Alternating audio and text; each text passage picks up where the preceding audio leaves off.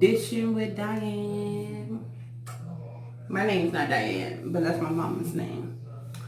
And today we're doing a crawfish boil. Brr, brr, brr. This is actually my first time cooking a crawfish boil. I hope everything came out good. I haven't tried it, so y'all gonna get my real expression on here today.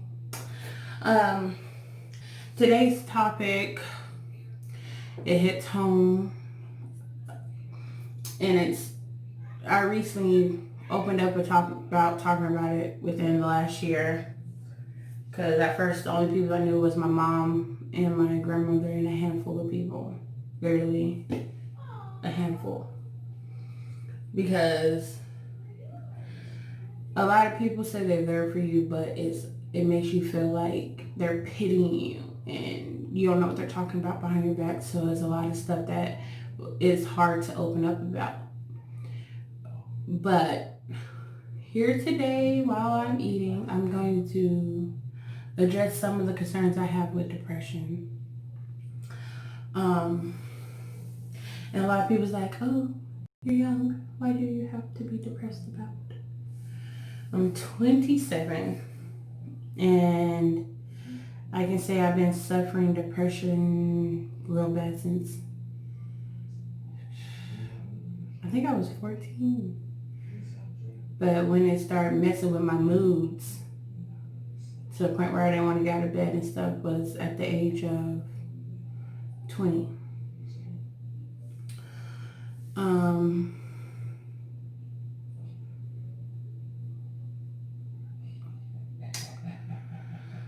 So we're going to get into this. I'm going to eat for a little bit and then work my way into opening up about depression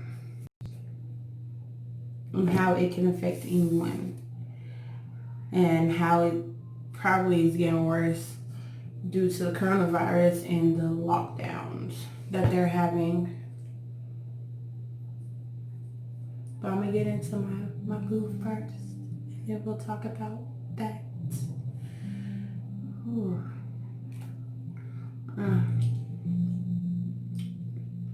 Filling the butter sauce. And this is the butter sauce I made, y'all. As you can see, a lot of garlic. At first, I was going to just pour it over my seafood, but I like dipping.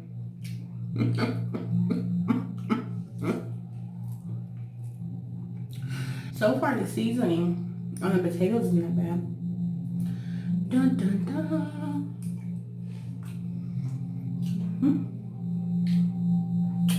That potato was good. I'm gonna eat some preserved fish.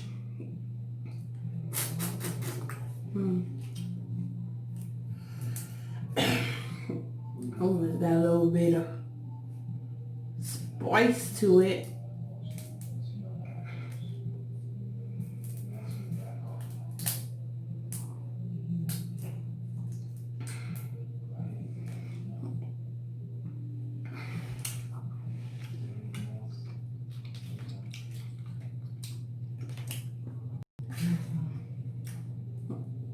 Okay, I see you, Ashley. You did it.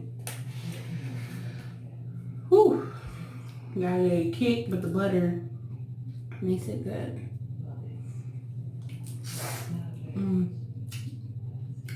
Woo. Ooh. I love me some crawfish. I've been craving some.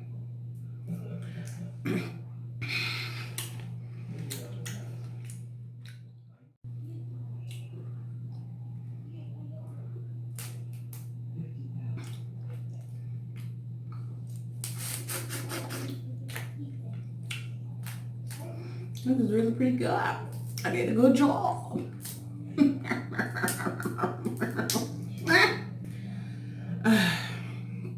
Okay. Let me get this.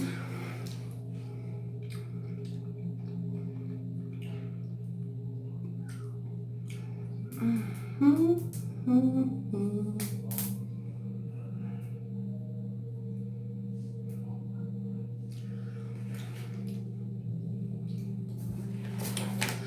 so what you see right here is my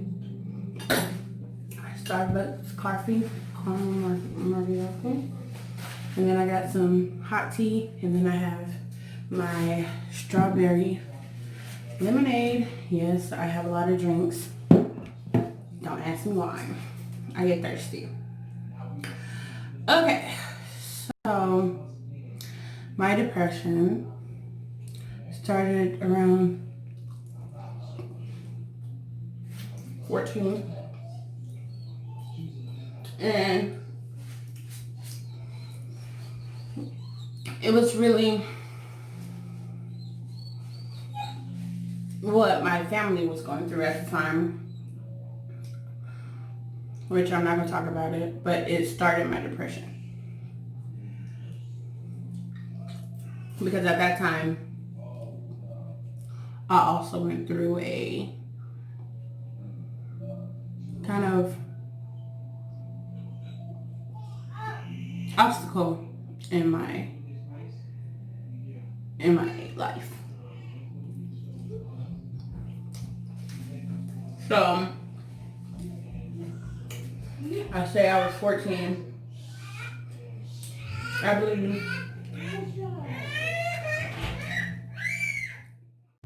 Sorry about that. But it started when I was 14.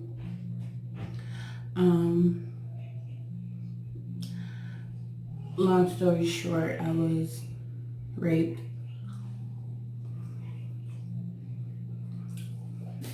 And I believe I was starting high school. And at the time, my mom was going through something of her own, which I believe started her depression.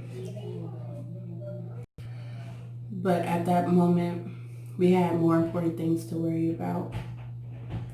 So I swept that under the rug and kept going.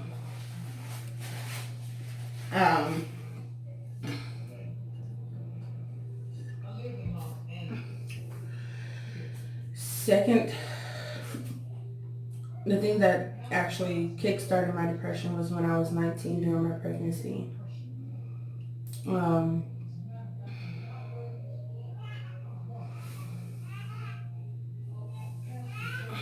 Me and my boyfriend at the time, we were having our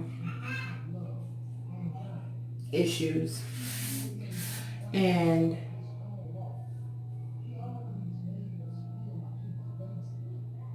he had his infidelities. And I was pregnant with my oldest now. So I was suffering not only from postpartum depression or depression period. It got worse. I guess it got worse during the time that I start realizing my husband's infidelities.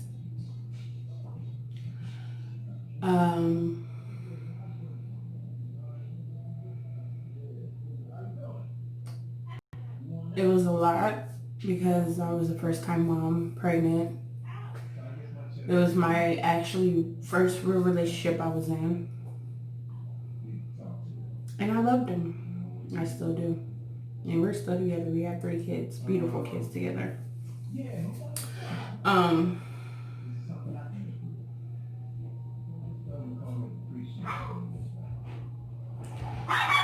He kind of took my trust and everything else because we were living together. And I wasn't the type of girlfriend that calls and be like, well, you need her to get home or anything like that. I mean, I know a lot of people was like, well, it wasn't on my part.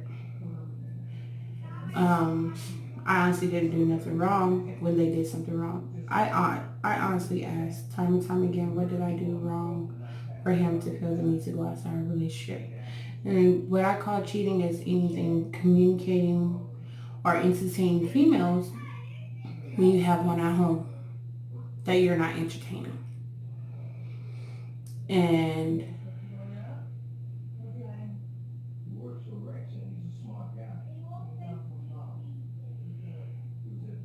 when I finally had the nerve to say something, I was lied to in my face, even though I saw it in my face. So having a new baby, have your emotions all over the place. At the time I was still pregnant, and I chose to forgive him for that one. Well, basically I forgave him for all of them if we're still together. But after I had my baby, it was more constant. So I swept the first infidelity under the rug. Again, not dealing with my emotions, so I didn't deal with my rape emotions. I didn't talk to nobody about that. And honestly, nobody in my family knew it happened until I turned 20. Well, not even 20. I think my son, he was a good age. He was 7. Let's rewind. I had a relationship. I had a non-spoken relationship that my mom didn't know about. But she knew, since I got older, I told her about it. I was physically beat with another dude that I was messing with. And I told my mom I had gotten in a fight. Told my brothers I had gotten in a fight. Nothing serious. It wasn't a black eye. It was a busted lip and basically bruises on my body.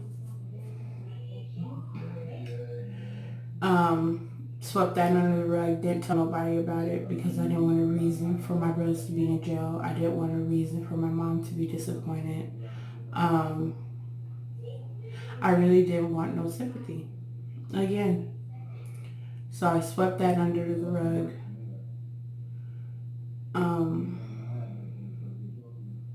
I guess you could say I honestly feel like I had no one to talk to. But again, my mom was going through her stuff with her oldest, and then there was me and my other 2 brothers. I'm the youngest, or the second to the youngest out of 5.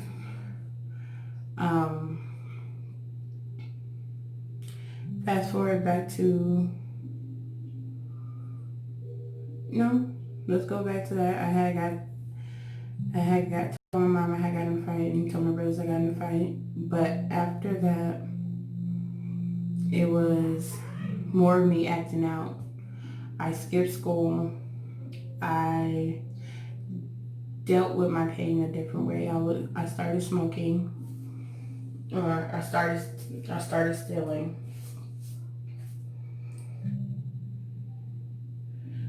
But anything to cover up my thoughts or to stop my thoughts, I was doing.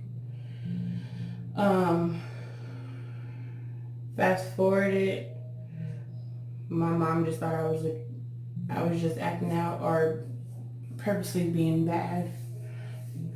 So she moved me to Khan Academy.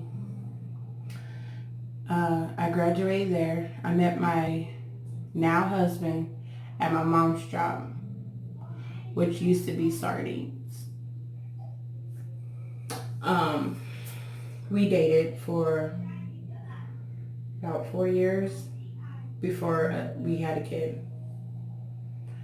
6 months into our 4 years, he had asked me would I marry him. Not thinking, not understanding the concept of a real relationship, I said yes. We didn't have no issues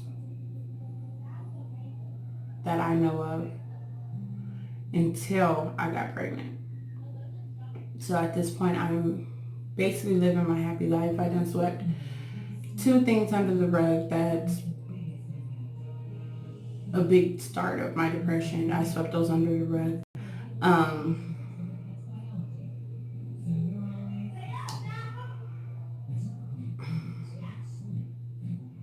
and then the next one would be during my pregnancy.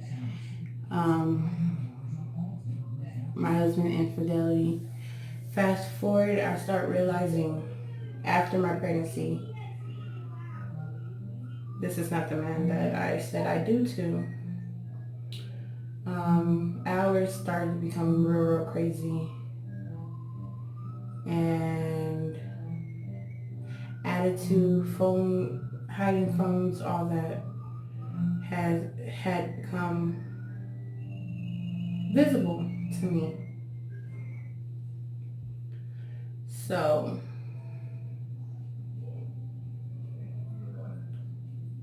I brought to his attention that I'm noticing changes. Like any dude, he'll call you crazy and say that nothing's changed. He still loves you. He still worships the ground you walk on.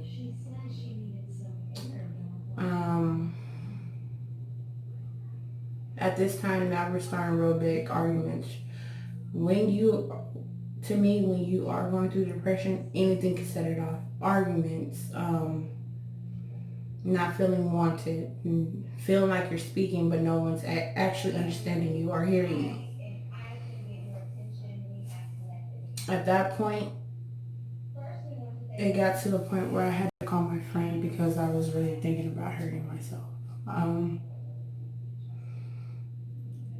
I took a couple pills in the past to ease the pain, but never went to actually killing myself. But at this point, the love of my life is lying to my face. I'm seeing females texting, and I got a newborn. What am I going to do? My mother and my grandmother didn't raise us wrong, but I wanted a father figure in my child's life. I wanted to be a happy family. And at that point, I feel like if I didn't have a happy family, there was no reason for me to be here. That's when I realized my depression is gotten worse. My best friend, she drove out there. She spent, I remember it because we spent until about 4 or 5 o'clock in the morning laying on a bench in my apartment, laying on the bench with me crying in her lap. And ever since then, it's nothing between me and her that I don't feel safe telling her. I don't feel, basically she is like a sister. There's nothing this girl can do wrong in my book. That's when I realized what a true friend was, because she was there for me and still is. If I told her I'm not feeling it or I can't do it, you cannot beat her calling and actually sitting there listening.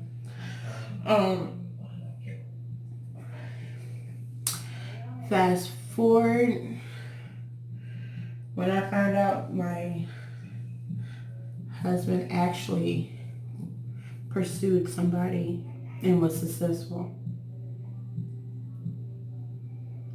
was when I had a miscarriage in the hospital. I was in pain. It was 6 months after I had my oldest. I was in pain. I remember I was at Walmart. For some reason, the cashier's drawer opened wrong and it hit me in my side. And after that drawer hit me, everything else went downhill. Probably 5 to 10 minutes later, excruciating pain. I couldn't stand. I couldn't sit. It felt like I had to use the restroom. Couldn't use the restroom. It was a lot. And I go home, probably thinking it's just been stressful and that I can soak it off, get a night's rest, and it will go away. But one of my coworkers did let me know that I was having a miscarriage, but I didn't want to believe that I was having a miscarriage. So I went home, I rested. Pain got worse. Soaking didn't help. It got to the point where I was gushing blood. My husband was sitting in front of me while my mom was rubbing my head and my stomach, trying to soothe me. He was playing a game.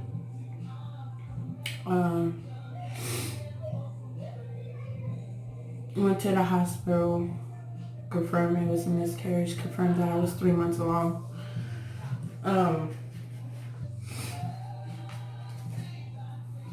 I was 3 months along, and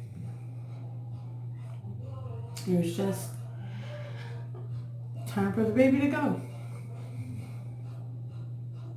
The doctor's telling me this, but I remember looking at the side of my eye to see if my husband was even paying attention. No, he was on his phone.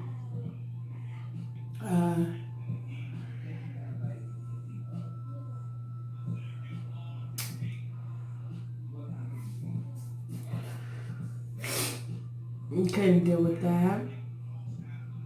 So, fast forward, I got out of the hospital, go back dealing with my, basically, we were somewhat taught that you can't let nothing get you down. You gotta sweep it under the rug and keep moving. So that's when I started causing pain to myself. When I realize I'm about to cry or I'm in my mode of crying, I either pinch myself, or I'll find a bump and I'll scratch it and scratch it and scratch it until the pain is like it's hurting.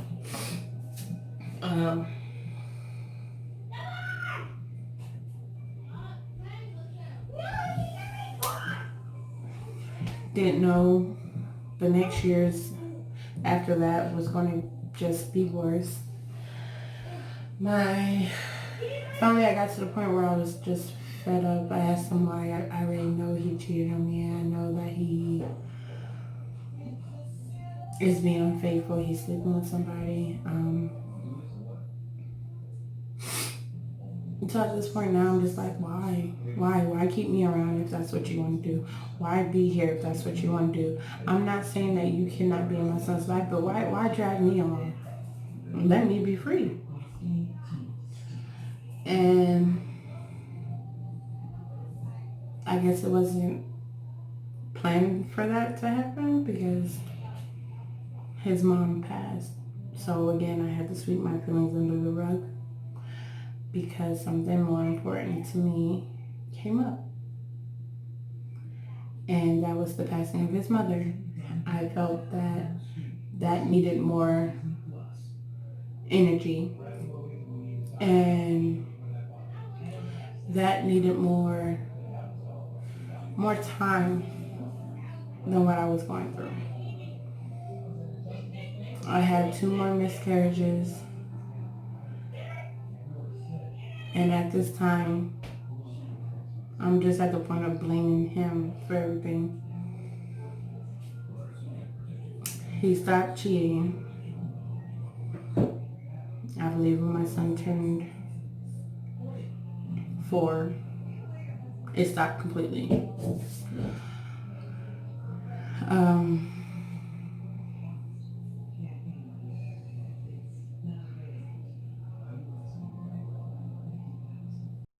But little things added, along with those little things like breastfeeding my newborn, I couldn't do because I guess my body was under too much stress, so my milk dried up. Baby number 2, the same thing. He was latching great, but I wasn't producing the milk I needed to keep him off formula.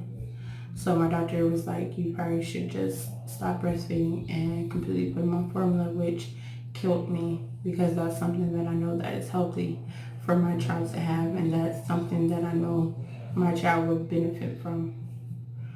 Um, so I went into deep depressions with those to the point where I wasn't getting out of bed. I wasn't feeling like myself. Um,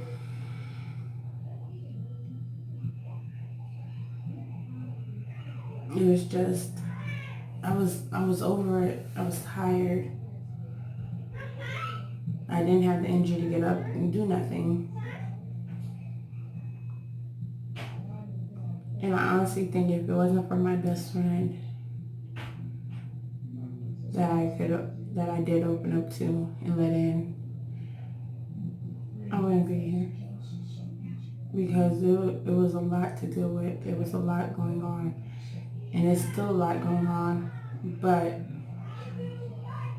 it's bearable when I can sit back and be like, girl, whoop, whoop, whoop, whoop, this happened. And to see someone be like, well, who do we need to go fight? Who we need to go beat up? Who do I need to say something to? That makes me ride for her 100%. There's nothing that, like I said, there's nothing she could do wrong to make our friendship go bad. We can go a year without talking or more, probably. And we pick up like it's nothing's wrong. But it has a lot to do with being comfortable talking to someone is where it starts. It's not going to heal, as you see. It still bothers me. I still go through it. I finally told my doctor, which a lot of people was like, don't tell your doctor, he put you on crazy pills. But he hasn't. He offered them.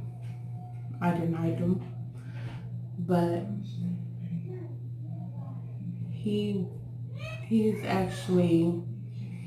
was actually a lot of help during my last pregnancy. That was unexpected, which she's here. Y'all seen her before.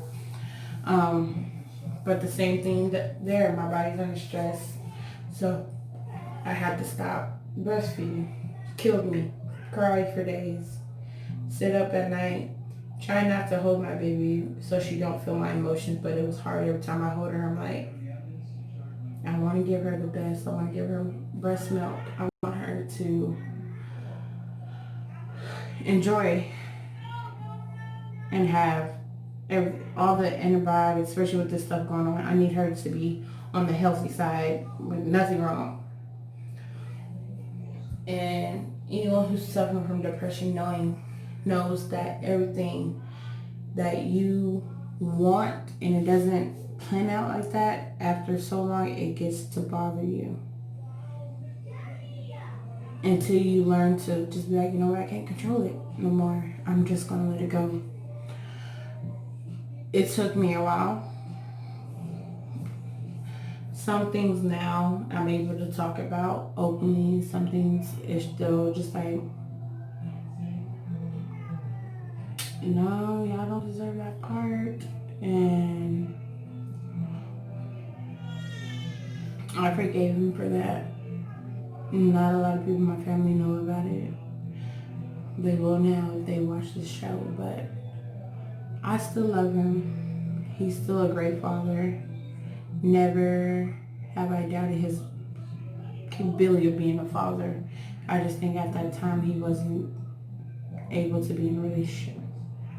And it's sad that it took him to lose his mother to realize what he had. And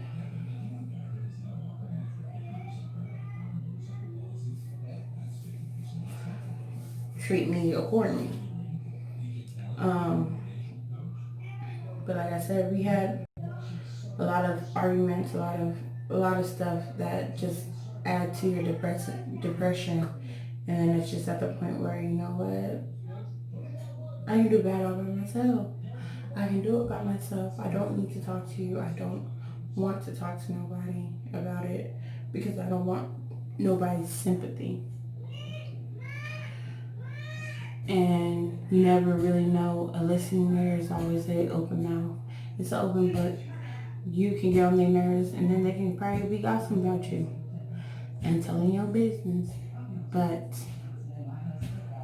it's a chance you're willing to do. You're willing to take. I was lucky to have that one person that I was able to talk to, and she haven't opened her mouth at all. And I'm really happy to have her in my life.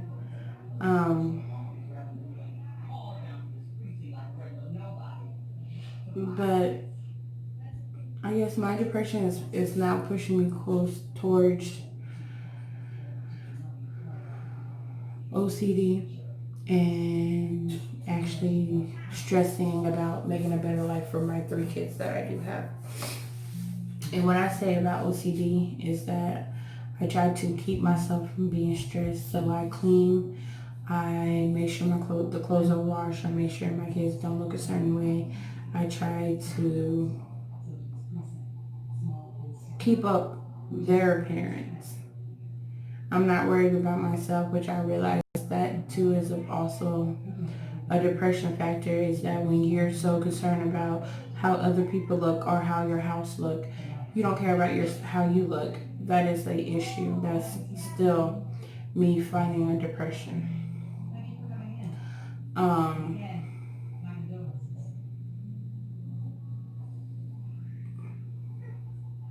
It's a lot. We've been through a lot. I've seen a lot.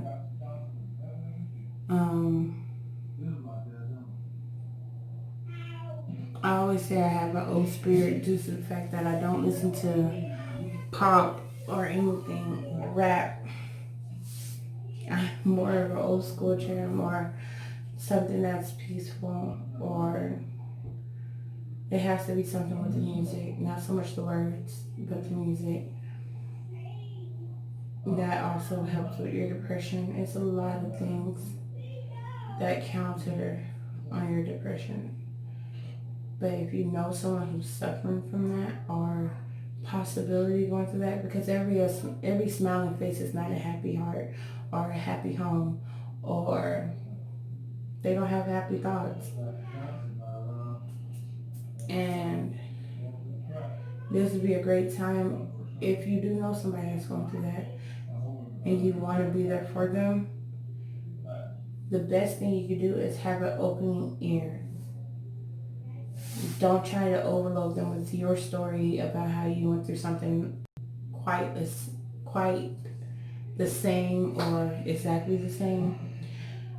Just have that ear to hear and actually stay in tune with them, because you don't know.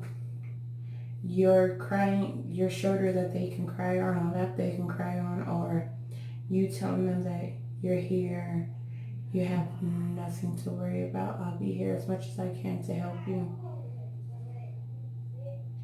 That also will help somebody out in depression. You'll be their little light at the end of the tunnel. And it's not so much putting pressure on you to stay in touch with them.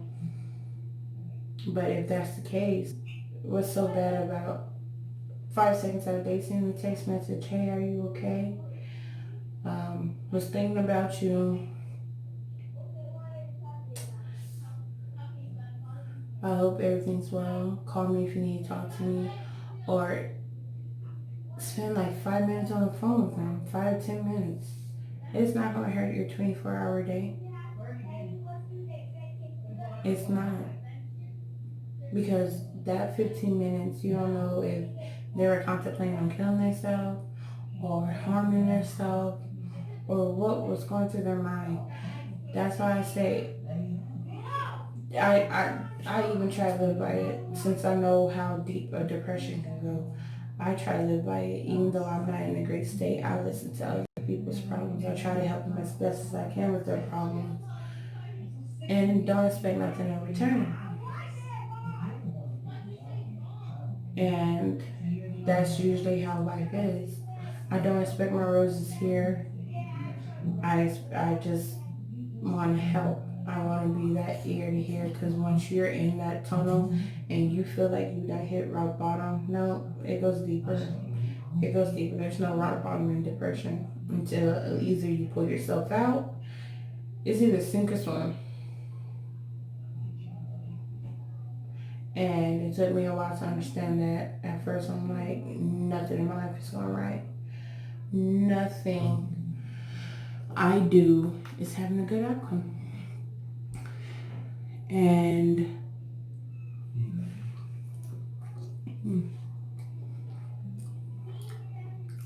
and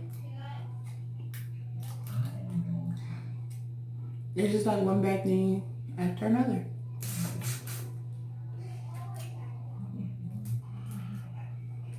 But that's my topic. Like, if you're suffering depression, what do y'all do? When I feel myself being depressed or getting close to that, I had to take 5, 10, 15 minutes to myself, as long as it takes for me to give myself that pep talk to pull myself out. I either listen to like calming music, I meditate, or I take a walk and actually just sit there and carry a conversation to myself. I might look crazy to everybody else, but I'm carrying a conversation to myself. And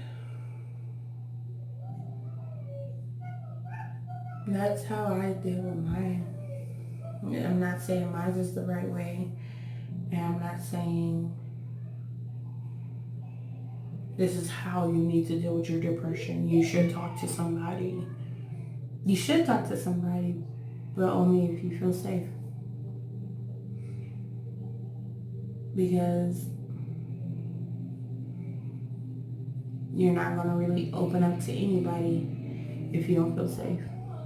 You might give them a little to see what they would do with it or how they would use that against you. And this might take years for you to build that trust.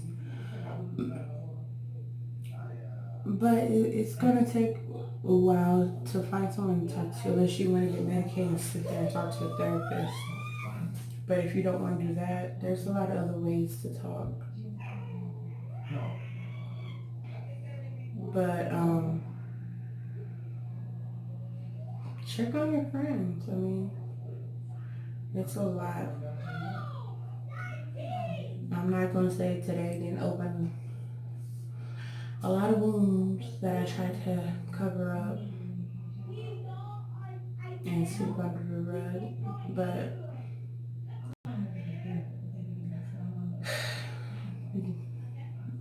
once you realize the stuff you sweep under the rug that have not healed and you have not let heal, talking about it's gonna hurt. And that's the crazy part. This is where I'm gonna end it. I know I didn't do a lot of eating, but another thing is once I start talking about it, I lose my appetite. But I feel like it's something that you need to hear during this pandemic that's going on. People still suffering from depression, something they were battling way before now. And now you have to add the COVID. And if you're like me, I worry about my kids, I worry about my family, I worry about my husband, I worry about my newborn, I worry about everybody else before myself. But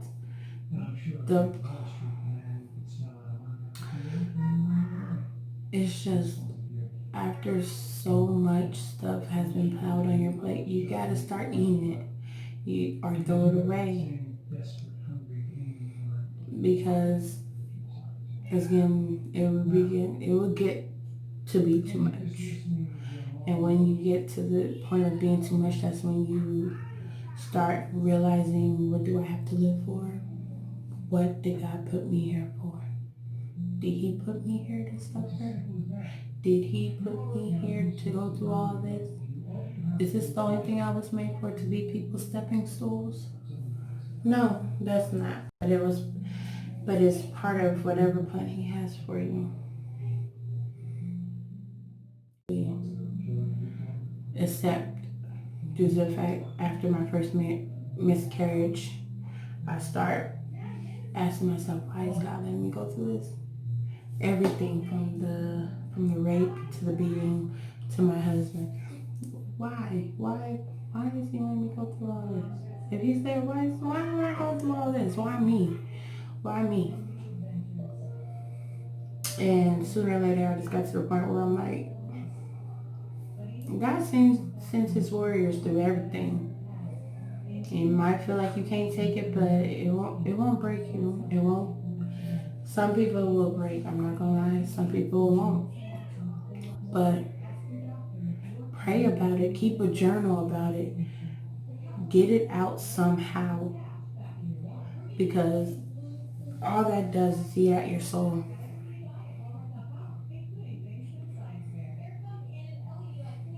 And with me being a mother, I can't have stuff eating at my soul.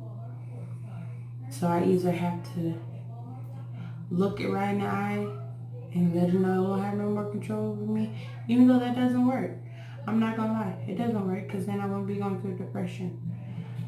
But sometimes that's what I need to hear. Look it right in the eye and be like, you ain't got no control over me. Stop. You already hurt me once. There's no reason to keep stabbing myself about it. But that's all. I probably stayed over my limit, but that's something that I have to talk about. And I feel that's another way it lifts off of me. Because even during my recent pregnancy, I was going through depression. So check on your friends. The people that, your friends, your family, co-workers, all of them, just check on them. Keep God first. I'm gonna let y'all go. And hopefully when my husband get home, he'll be able to eat more than I was able to eat. But keep God first, you know. Stay prayed up. Stay vitamin up. Stay up, you know. Keep your metabolism up. Keep your vitamins. Keep your immune system good, girl. Y'all. Because I don't know what it is, but it ain't right. Okay? I don't want to say it's the end of the world because my life ain't together. But it might be something, y'all. Something in the air. But I'm going to let y'all go on that note. Comment down below with some more topics to talk about. Because I am going to do a vlog on basically building back up your breast milk after you try to dry it out. Actually, I dried it out, but my body was like, no. So I was, again, in pain with this pregnancy. So now I'm trying to build up my breast milk after I dried it out. And everyone told me that it wasn't possible to get your milk back. So stay tuned to that to see if it was a fail or a success. And some days I might be on here crying because it's not going the way I wanted to. But I think that's a journey that I'm willing to take just in case somebody else whose milk dried up and they want to breastfeed as bad as I do. It's just something to help you with. All right, y'all. Bye.